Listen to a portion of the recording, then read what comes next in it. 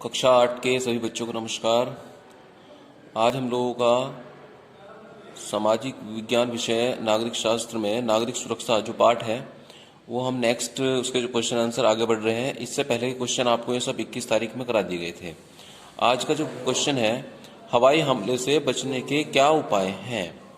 हवाई हमले से बचने के उपाय निम्नलिखित हैं। पहला है इसके अंदर, हवाई हमला होने पर जनता को 2-3 मिनट पहले किसी भी माध्यम से सूचना दे देनी चाहिए। अगर कोई हवाई हमला होता है तो 2-3 मिनट पहले ही किसी भी माध्यम से, जैसे फोन से या कैसे भी सायरन बजा के कोई संकेत दे के सूचना दे देनी चाहिए। दूसरा, हवाई हमला होने पर सुरक्षित स्थान पर चले जाना चाहिए। तीसरा, खुले स्थान पर पेट के बल लेटने पर 50% तक बचाव संभव है। अगर हम कहीं ऐसी स्थिति में फंस जाते हैं कि हम अपने को बचा नहीं पाते तो हवाई हमला होने की स्थिति में अपना पेट के बल मुंह नीचे करके लेट जाना चाहिए। इससे कम से कम 50% तक बचाव संभव है।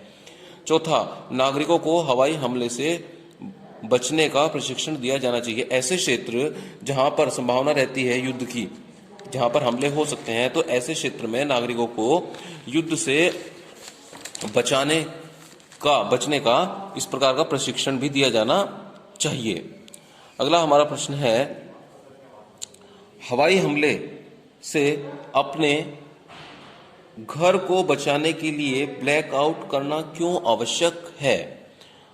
आंसर है इसमें, ब्लैकआउट करना क्यों आवश्यक है। आंसर, रात्रि में हवाई हमला होने पर ब्लैकआउट किया जाता है। जनरली जो ब्लैकआउट होता है, इसका मतलब ये होता है कि सारा प्रकाश को एक तरीके से समाप्त कर देना, बंद कर देना। जहां भी लाइटें हैं वो बंद कर देना, प्रकाश किसी भी तरह का नहीं करना।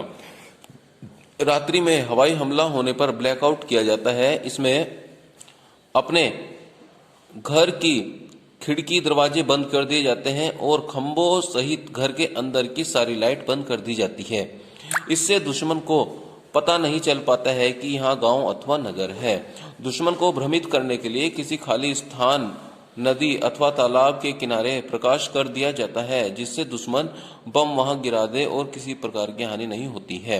हवाई हमले में जो कॉलोनी होती है, गांव होते हैं, शहर होते हैं, वहां पर बिल्कुल ब्लैकआउट कर दिया जाता है। वहां का सारी रोशनी बंद कर दी जाती है और बिल्कुल अंधेरा कर दिया जाता है। और दुश्मन को भ्रमित करने के लिए जैसे नदी के किनारे, तालाब के किनारे या खुले स्थान पर कहीं रोशनी कर दी जाती है, जिससे कि वो यहाँ पर गांव या घर समझकर बम डाल दे और उसमें किसी प्रकार की कोई हानि ना हो। नेक्स्ट है हमारा, नागरिक सुरक्षा संगठन का क्या उद्देश्य होता है। द्वितीय विश्व युद्ध के पश्चात लोगों के जान माल की हानि को रोकने के लिए नागरिक सुरक्षा संगठन की स्थापना की गई थी, जिसके उद्देश्य निम्नलिखित हैं। द्वितीय विश्व युद्ध और प्रथम विश्व युद्ध दोनों में ही जान माल की बहुत हानि हुई थी, तो भविष्य में नागरिकों को अपनी सुरक्षा करने के लिए प्रशिक्षण दिया जाए और ऐसे संगठन खड़े किए जाएं जो इस प्रकार से नागरिकों की मदद कर सकें, प्रशिक्षण देकर या किसी भी प्रकार की सहायता के माध्यम से। इसमें है, हवाई हमले से जन व धन की हानि को कम करना नागरिक सुरक्षा संगठन का काम है। औद्योगिक या कृषि क्षेत्र में उत्पादन बनाए रखना। जब हमला होता है, लड़ाई होती है, तो ऐसी स्थिति में भी हम अपना खेती करते रहें और उद्योगों में हमारा काम चलता रहे, तो ऐसी व्यवस्था बनाए रखना।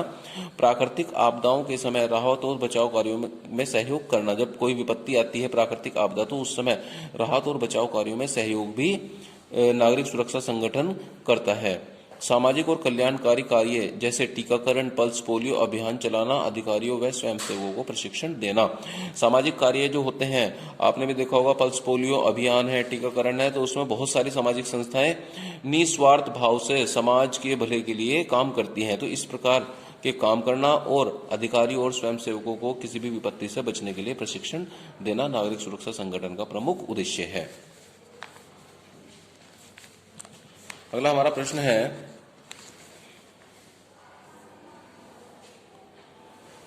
आम नागरिकों ने आग लगने पर किस तरह से बचाव करना चाहिए। आग लगने पर निम्नलिखित कार्य कर बचाव किया जा सकता है। पहला, आग लगने पर सीधे पानी डालकर बुझाना चाहिए। अगर आग लग जाती है तो उसे सीधे पानी डालकर हम बुझा सकते हैं। दूसरी, पेट्रोल, डीजल आदि ज्वलनशील पदार्थों के कारण आग का हवा से संपर्क हटा देना चाहिए। अगर पेट्रोल डीजल से कोई आग लगती है तो उसका उपाय यह है कि उस आग से उसका संपर्क हटा देना चाहिए, क्योंकि उससे उसे ऑक्सीजन नहीं मिलेगी और जब ऑक्सीजन नहीं मिलेगी तो वो अपने आप ही बुझ जाएगी। गैस से आग लगने पर जूट की बोरी ढककर आग बुझानी चाहिए। घर की खिड़की दरवाजे सब खोल देने चाहिए। अगर गैस सिलेंडर में आग लग जाती है तो जूट की बोरी को गीला करके सिलेंडर के ऊपर डाल देना चाहिए और जिससे कि आग बंद हो जाती है और उसका तुरंत उसकी नॉब बंद कर देनी चाहिए। घर के सारे खिड़की दरवाजे खोल देने चाहिए जिससे कि सारी गैस घर के बाहर चली जाए।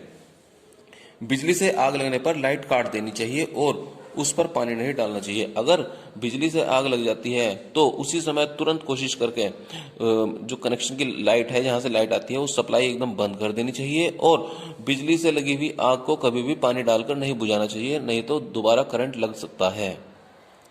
शरीर में आग लगने पर शरीर को कंबल से ढक देना चाहिए। अगर किसी मनुष्य के शरीर में आग लग जाती है तो उस समय उसके शरीर को कंबल से ढक देना चाहिए। इस प्रकार से हम बचाव कर सकते हैं। रसोई गैस से आग लगने पर बचाव को कौन से तरीके अपनाएंगे अगर रसोई गैस में आग लग जाती है? रसोई गैस से आग लगने पर जूट की बोरी से ढककर आग बुझाना चाहिए, क्योंकि जनरली रसोई गैस में सिलेंडर से ही आग लगती है।